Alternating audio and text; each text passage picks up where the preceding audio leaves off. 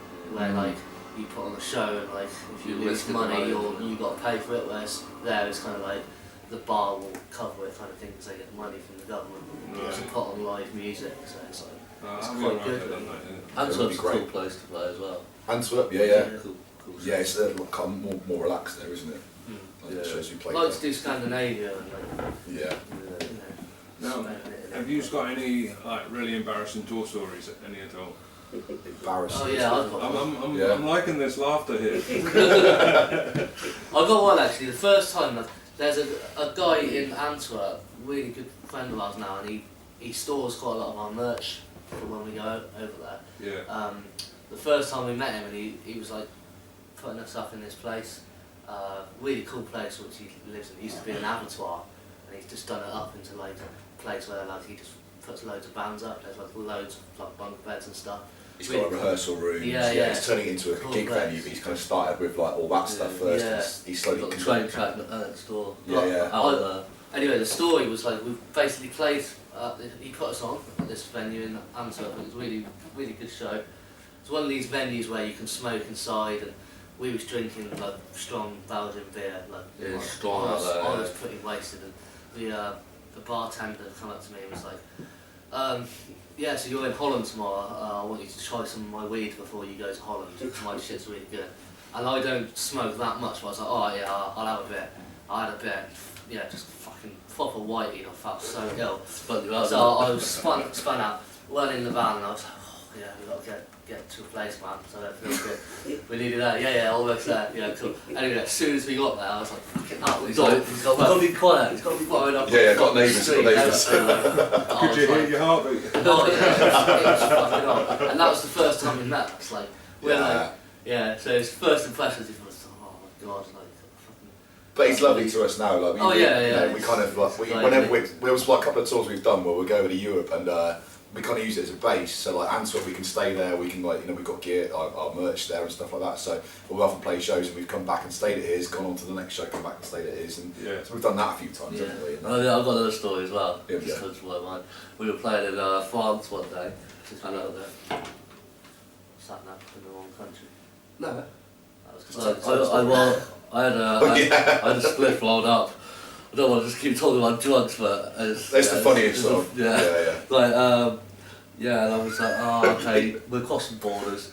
They were like, oh yeah, we should just get rid of it. And I was like, oh, it's only one spliff. You know, be alright. I'll throw it out the window or something. We probably won't get pulled over anyway. And what happens? We get pulled over. Typical. And I'm like, oh, I haven't got time to get rid of this. So in the end, I just ate this whole split. And then, I was sleeping for a while. Yeah, you were high. Sleep with it. Yeah. 16 hours I seem to remember. Oh, I like that. Now, how is it playing in more than one band on the same bill with regards to obviously Grand Bell, Wall? They don't make it easy for themselves, do they? Yeah. We obviously did the. Well, we didn't play the Glasgow Grand Mal Wall gig. That's why Wall's playing tonight. But like, we kind of said after this we're not going to do it again because it's really hard work having to do two sets in one. We did it once with Desert Storm, didn't we? Well, we did we played in Sheffield during Sheffield was a later show. We played in Manchester, then as Desert Storm. Drove to Sheffield, played as Desert Storm. And we guys played did Grand Mal as well. We had 3 shows. You had 3 shows in a day. There was 2 Desert Storm sets and a Wall set. I just keep saying to them, one of these days you're going to put Grand Mal, Wall and Desert Storm on the same bill.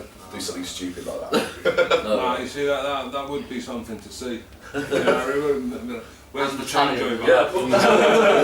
These boys haven't moved off the stage the whole night. That's just breathing. Now, what music do you listen to chill out to? Is it the same as what you play, or is it something completely different? It varies on the mood, really. Like. Yeah, I mean, I do listen to a lot of. We all listen to a lot of heavy stuff as well at home, but into a lot of like chilled out stuff.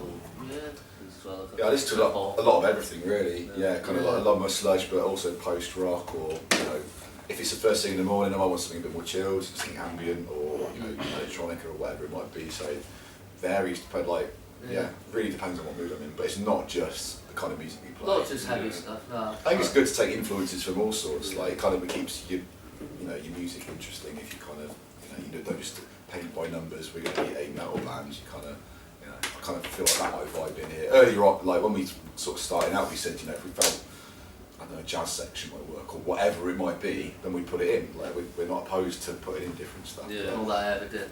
Not that it ever did, but No. I think like what you play still kind of vary. We don't just, there's sort Yeah. of like chilled sections to what we do as much as there is heavy stuff. You look at bands in the past, like Black Sabbath, like, Bill Ward is heavily influenced jazz drummer, so like, and then you can hear that in his playing when he's playing with Black Sabbath, and it's good to be into other stuff and try and merge it with.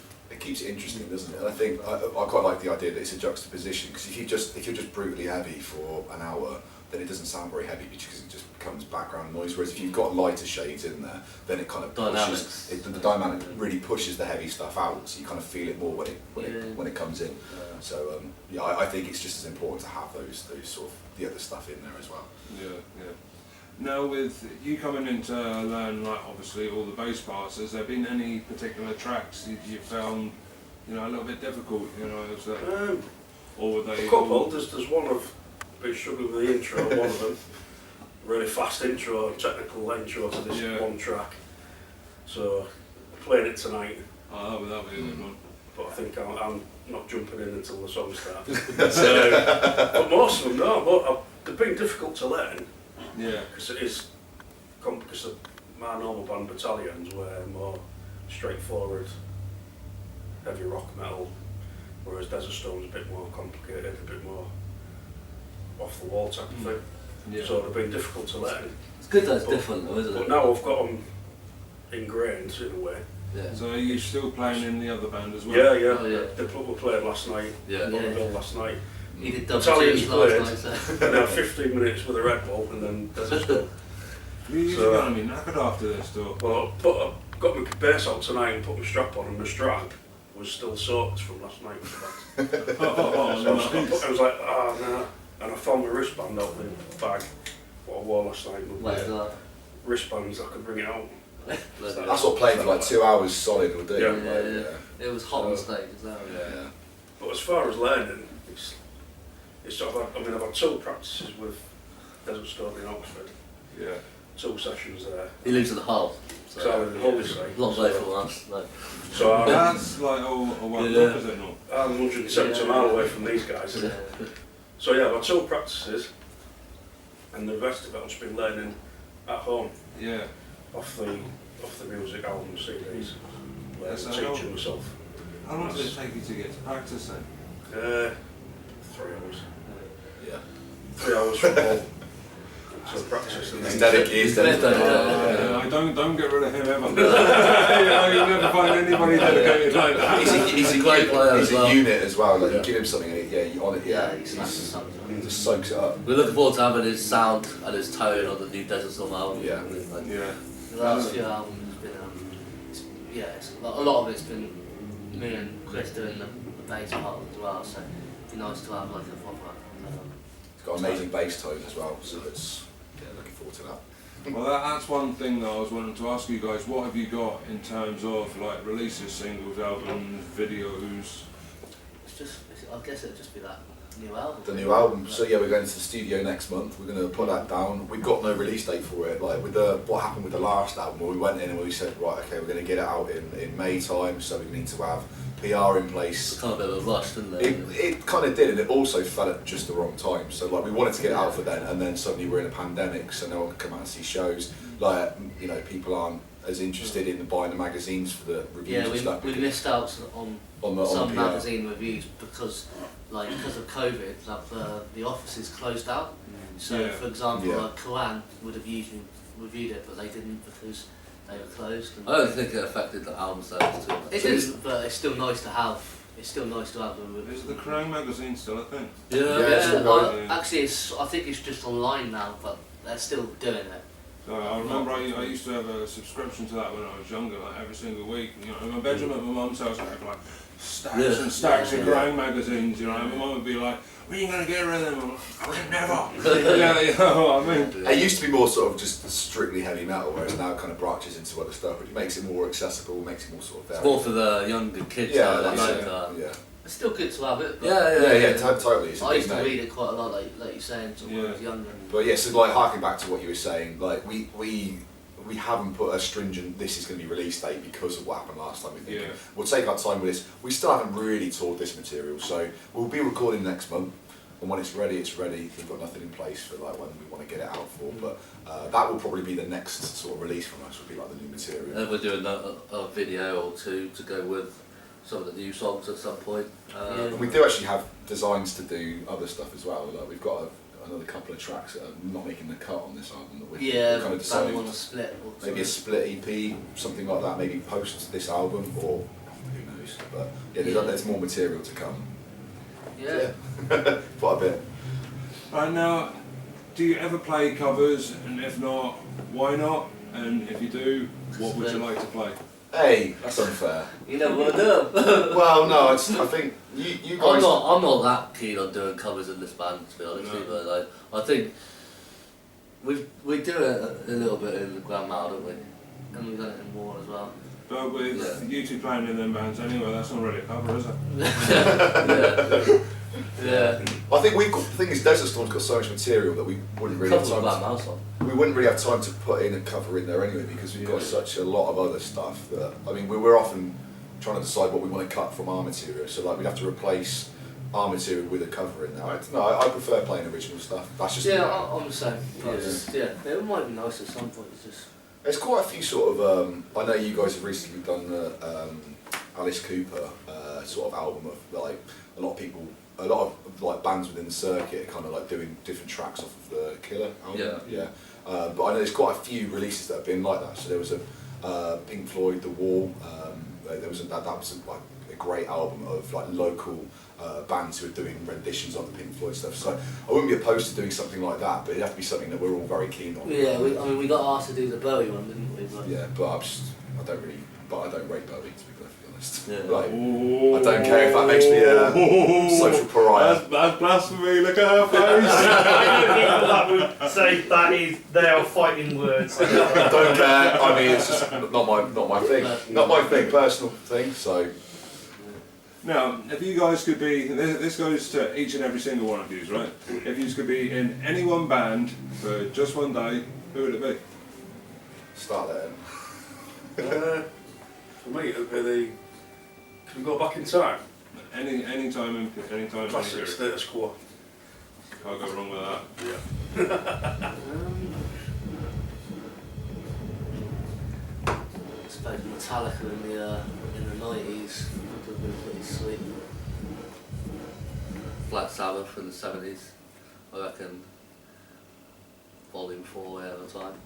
Get cereal boxes full of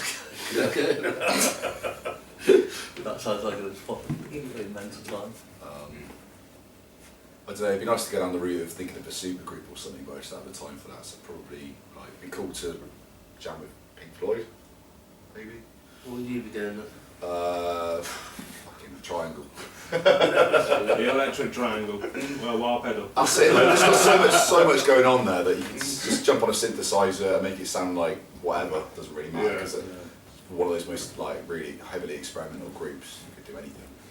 Yeah, I don't know. I felt like I could have done with more time to think on that. Yeah, it's a bit of a hard It's a hard one, that. The Doors, not really called that. I think Pink Floyd's an actually really good answer. Yeah. Because it's just it's versatile, isn't it? There's a lot you can do there. That's also my favourite band as well. There you go. Now, final question, right? If you could give a shout out to anybody watching this, what would you say to them to make them come and see you live and buy your merch? If you like it heavy and progressive, check it out because we are heavy and progressive. Matt, Desert Storm rocks. I don't like to blow my own trumpet, but yeah, I mean, we only write music that we enjoy listening to. That's how the whole thing kicked off. Poor teenagers in a bedroom who all, you know, partying, and just like listening to music and just want to be creative and some creative outlets. So we've only ever written music we enjoy listening to. So if you like us, then you'll dig it.